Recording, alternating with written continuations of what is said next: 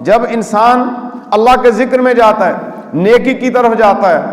نیکی کے کاموں میں مصروف ہوتا ہے, اللہ کی عبادات کے اندر مصروف ہوتا ہے, حقوق اللہ حقوق العباد کو پورا کرتا ہے, نیکیاں کرتا ہے, تو پھر اسے یہ تیار رہنا چاہیے اور اس کو یہ سمجھ لینا چاہیے کہ اب اس کی آزمائش بھی ہوگی, اب اس کو آزمایا بھی جائے گا, اب اس کو دیکھا بھی جائے گا, اب اس کو پرکھا بھی جائے گا. کبھی کس وجہ سے؟ کبھی مال کی وجہ سے, کبھی اس کے جسمانی بیماریوں کی وجہ سے, کبھی ثمرات کی وجہ سے, کبھی اس کی اولاد کی وجہ سے, کبھی تنگی رزق کی وجہ سے اس کو آزمایا جائے گا, دیکھا جائے گا کہ یہ استقامت میں کتنا درجہ رکھتا ہے, مصیبت میں, تکلیف میں یہ اللہ کے ساتھ اس کا تعلق کیسا ہے, اور خوشحالی میں اللہ کے ساتھ اس کا تعلق کیسا ہے. تو اللہ تبارک و تعالی نے قرآن مجید میں 90 مقامات پر صبر کا ذکر کیا ہے, ایک بار نہیں 90 بار جو ہے اللہ تبارک و تعالی نے قرآن پاک میں ذکر کیا ہے. اکثر نیکیوں اور درجات کو اس کی طرف منسوب کیا ہے اور فرمایا کہ ان کا صبر کا جو پھل قرار دیا گیا ہے وہ پھل اس کو ملے گا اس صبر کے اوپر, اور وہ پھل کسی دنیا دار نے نہیں دینا, وہ پھل اللہ نے دینا ہے اس بندے کو. اور اس کے متعلق قرآن کے اندر واضح اللہ تعالیٰ نے ارشاد فرمایا وَلَنَبْلُوَنَّكُمْ بِشَيْءٍ مِّنَ الْخَوْفِ وَالْجُوعِ وَالنَّقْصِ مِّنَ الْأَمْوَالِ وَالْأَنفُسِ وَالثَّمَرَاتِ,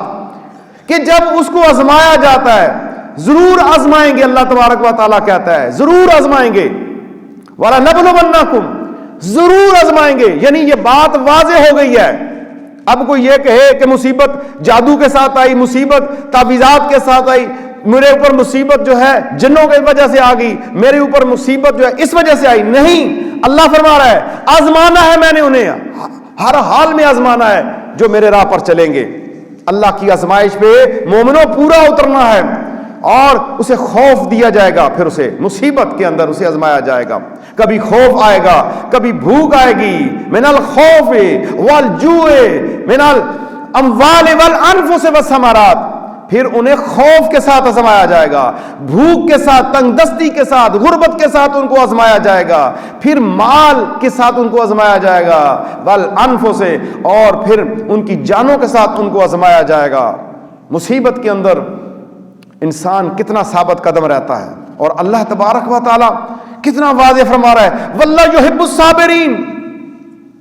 اللہ تعالیٰ صبر کرنے والوں کے ساتھ ہے. یہ جملہ بہت آسان ہے, پڑھنے میں بہت آسان ہے, بار بار جب سنتے ہیں تو آپ سمجھتے ہیں کہ یہ بالکل معمولی سا جملہ ہے. نہیں, اتنی بڑی بشارت ہے, اتنا بڑا انعام ہے, اتنی بڑی سند ہے. اللہ تعالیٰ کہہ رہا ہے کہ لوگوں میری طرف سے ملنے والی تکلیفوں پہ جب تم صبر کرو گے, تم خاموشی اختیار کرو گے, تم ہاتھ نہیں اٹھاؤ گے, تم گالی نہیں دو گے, تم بے صبری نہیں کرو گے, تم اللہ کو نہیں بھولو گے, اللہ سے شکوہ نہیں کرو گے, تو پھر کیا ہوگا؟ ساری دنیا تمہیں چھوڑ جائے, سارا زمانہ تجھے چھوڑ جائے, تیرا رب تیرے ساتھ ہوگا. مزید ویڈیوز دیکھنے کے لیے محمدی رونی قافلہ کے آفیشیل چینل کو سبسکرائب کریں اور بیل آئیکن کو پریس کریں.